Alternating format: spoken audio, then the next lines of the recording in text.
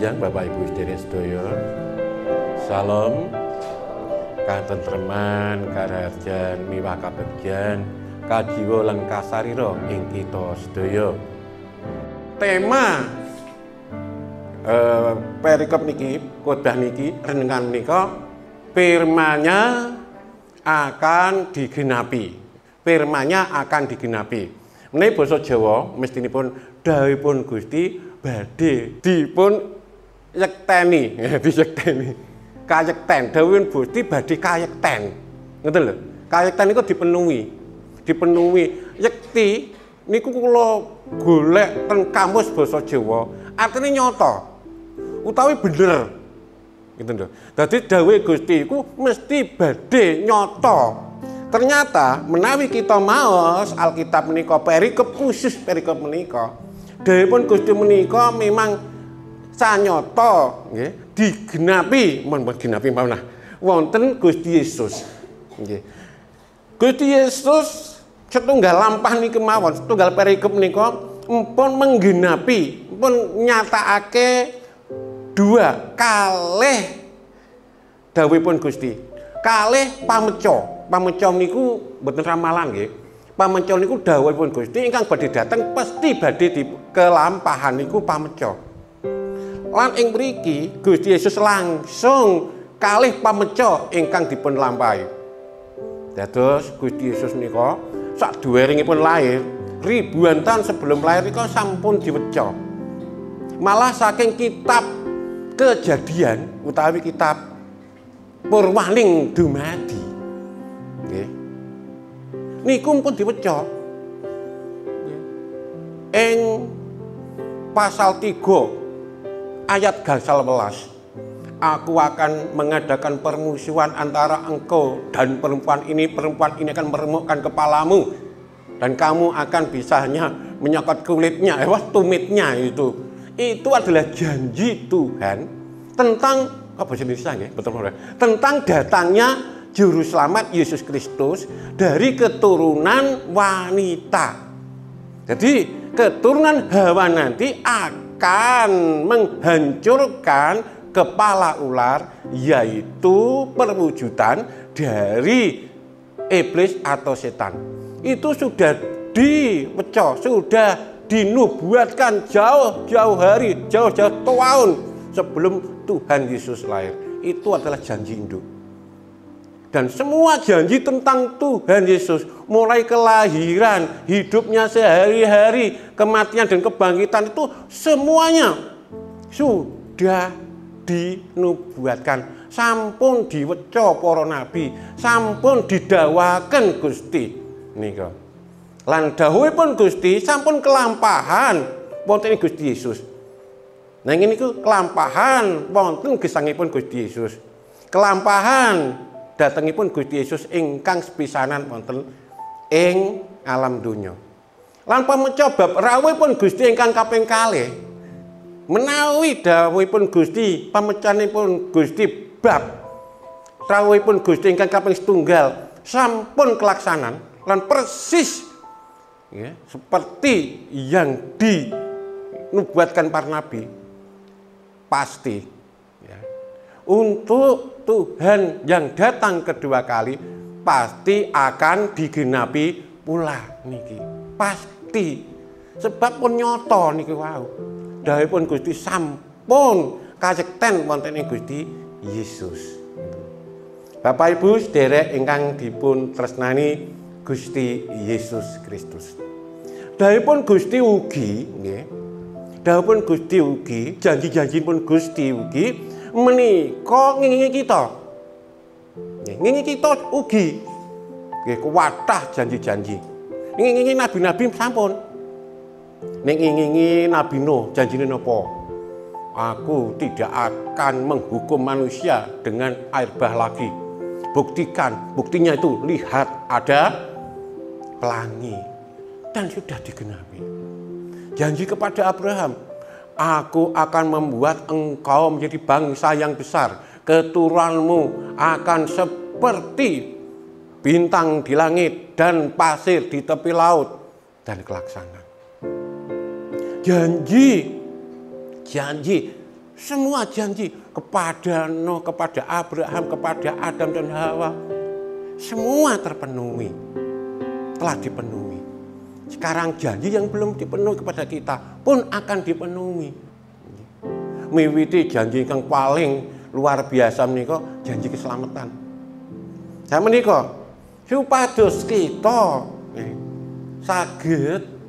saged menikmati janji menika. Supados janji-janji firman Tuhan menika badhe tergenapi wonten ing gesang kita menapa langkah-langkah ingkang saged kita lampahi sesarengan. Niki berdasarkan perikop ingkang kita waos. Jadi kita batasi namung berdasarkan perikop yang kita waos menika. Ora kemana-mana tapi berdasarkan perikop. Ing mriki wau nggih wonten sakabat kalih ingkang dipun utus Gusti. Ya niki diutus Gusti. Padha menyang ing desa ngarepmu iku lan sak terusipun. Nah, ayat 6. Sakabat-sakabat mau banjur mangkat lan nindakake apa sadawuhe Gusti Yesus niki. Ingkang sepisan. Ayat sepisan. Taat dumateng dawuhipun Gusti. Taat pada perintah Tuhan. Ini yang pertama yang kita dapat nikmati, dapat petik dari perikop ini, supaya janji-janji Tuhan itu, supaya firman Tuhan itu tergenapi dalam hidup kita. Janji-janji kan ratusan kalau wow. Pertama, taat pada perintah Tuhan. Tidak mengulur-ulur waktu, mboten semoyo, mboten menunda-nunda waktu niki lho. Ayat 6, sakabat-sakabat mau banjur mangkat, ora mangke Gusti. Tidak tanya ini dan itu. Langsung berangkat sebab tahu apa yang dikatakan Tuhan, apa yang difirmankan Tuhan pasti baik untuk dirinya dan orang lain. Ini loh. Jadi taat pada perintah Tuhan. Tuhan sangat senang kalau anak-anaknya taat pada perintah-perintahnya. Memang kadang-kadang taat ini tidak segampang yang kita ucapkan. Bahkan apa yang diperintahkan Tuhan ini mengandung resiko loh. Ini tantangan. Jadi ketika kita taat pada Tuhan, pada perintah Tuhan, itu pasti banyak tantangannya. Tidak seenak yang kita bayangkan seperti janji-janji tadi. Ada prosesnya, ada tantangannya. Tapi kita harus taat. Lah wong ngeten mawon nggih. Kadang-kadang enggak masuk akal citane wong di luar kita. Wong ngono kan kok kalau kamu ditampar pipi kirimu berikan yang kanan. Ora mungkin itu. Ora bakal. Wong Kristen niku ora masuk akal. Dia tuh yang dimasukkan akal ya pokoknya sesuai karo karepe gitu. Lha ono permukaan berdoalah bagi mereka yang memusuhi kamu. Enggak itu. Musuh ya kudu dibalas. Berdoalah bagi orang-orang yang membenci kamu, yang memusuhi kamu. Wong berdoa baik pada orang yang membenci kamu. Mosok iso. Sing apik iku ya kudu orang sing membenci ya kudu dibenci. Iku kok kadang-kadang masuk akal kan. Dawuh Gusti. Ya. Berbahagialah orang miskin kok berbahagia. Apa masuk akal? Ya masuk akal. Banyak orang-orang di luar itu kadang-kadang nyenyek, Bang. Itu enggak masuk akal. Tapi itulah perintah Tuhan. Kalau kita diterangi oleh terang Roh Kudus tahu maksudnya. Perintah Tuhan itu memang kadang-kadang enggak masuk akal, kadang-kadang banyak risiko. Mengabarkan Injil itu enggak main-main, banyak risikonya. Wong Rasul Paulus saja risikonya luar biasa, digebuki sampai mati, akan mati, hidup lagi dan sebagainya.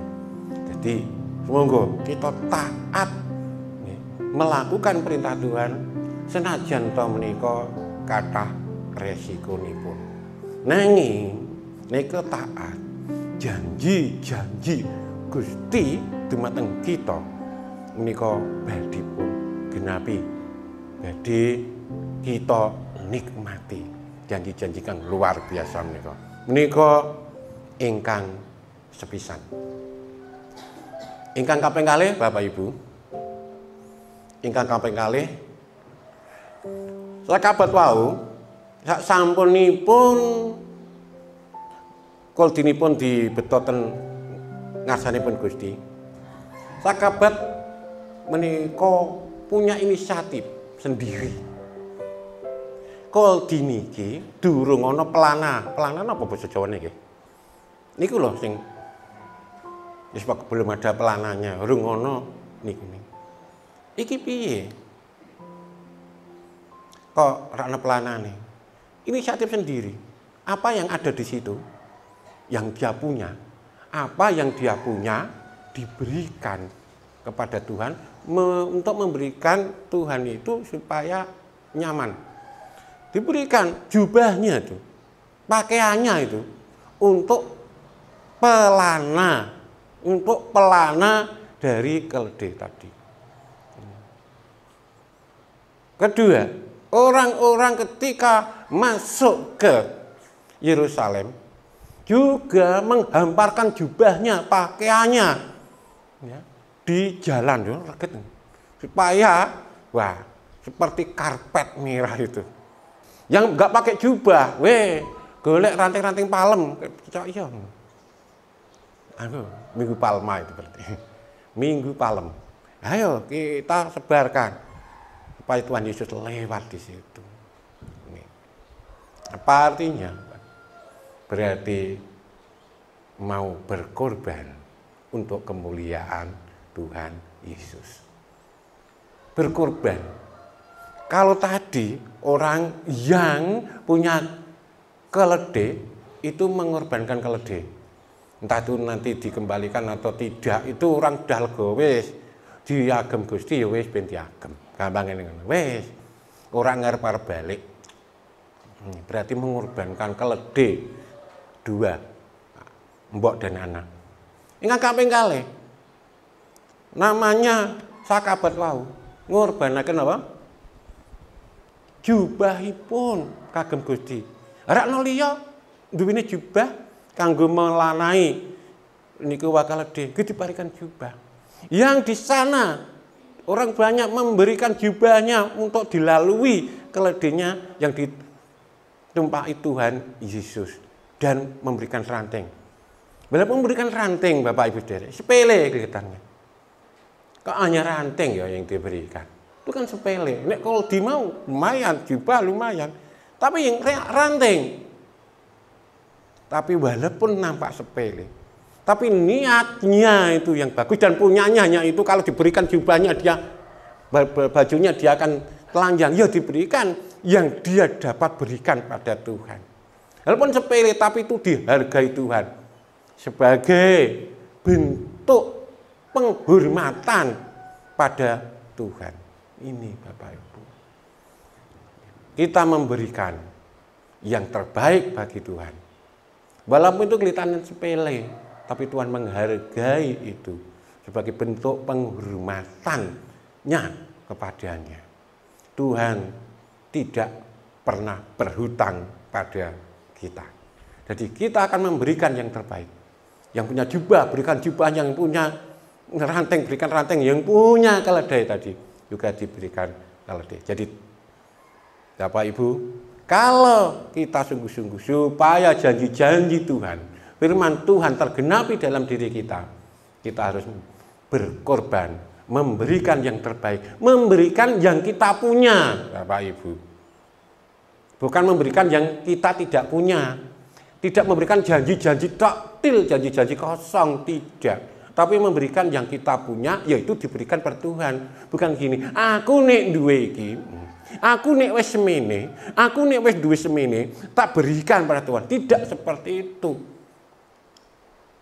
Tapi yang dia punya saat itu juga, apa yang diperlukan Tuhan? Kan tadi Gusti merloake, kan Tuhan memerlukan Jadi saat itu juga apa yang kita punya, ya, kadang-kadang tidak usah kita disuruh-suruh oleh Tuhan. Ini kan buatan disuruh-suruh. Pelanani ki, aku piye kok, kena bulu-bulu tok, bokongku. Tidak seperti itu. Inisiatif sendiri.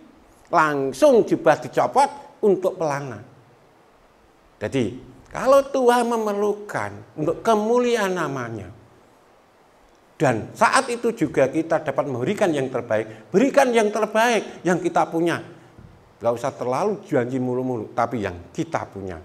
Walaupun kita sepele, tapi itulah bentuk kita menghormati korban kita kepada Tuhan. Kalau kita mau berkorban, dan kita mau taat pada perintah Tuhan, walaupun banyak resikonya, janji Tuhan, firman Tuhan akan tergenapi dalam diri kita semua. Amin Bapak. Bapak Ibu sederek ingkang dipun tresnani Gusti.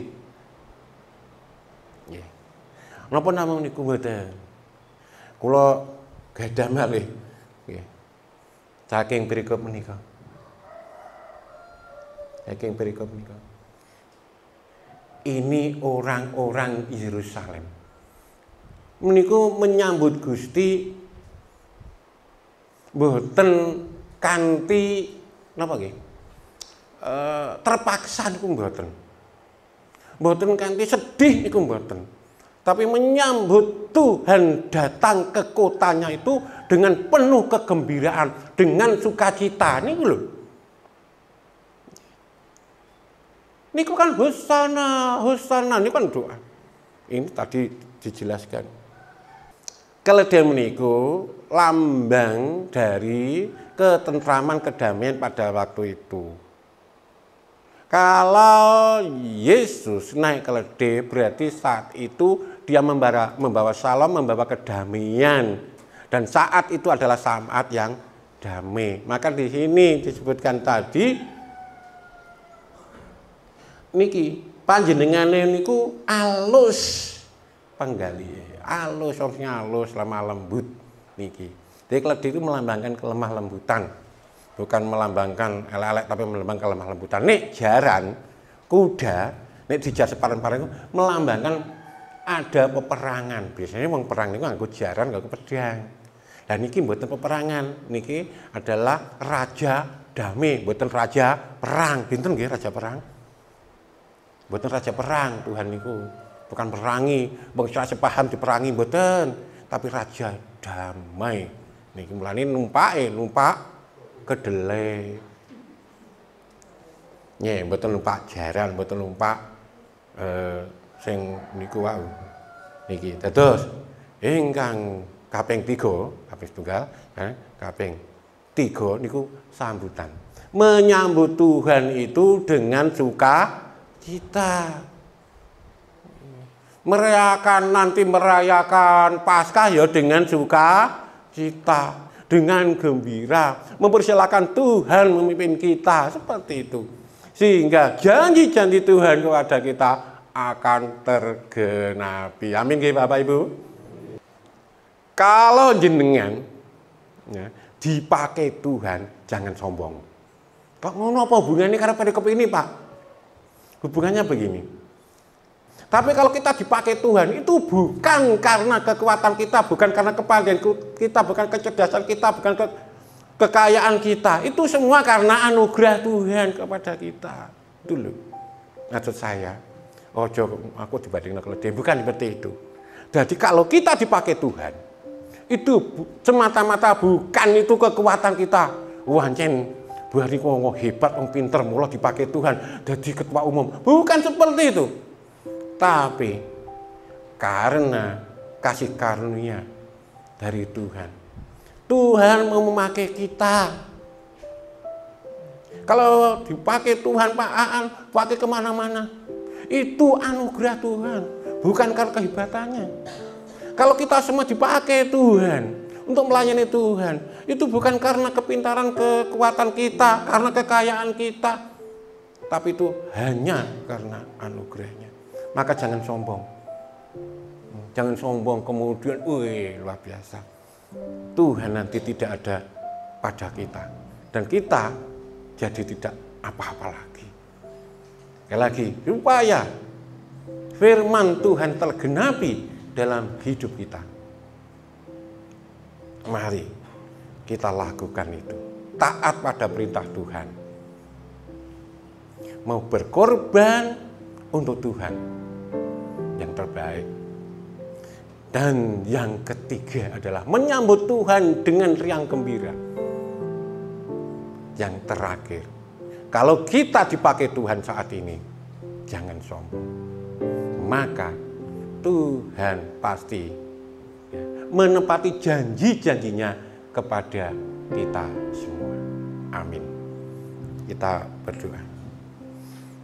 Saya mohon Ibu Diati ingkang ngasta ing pantun.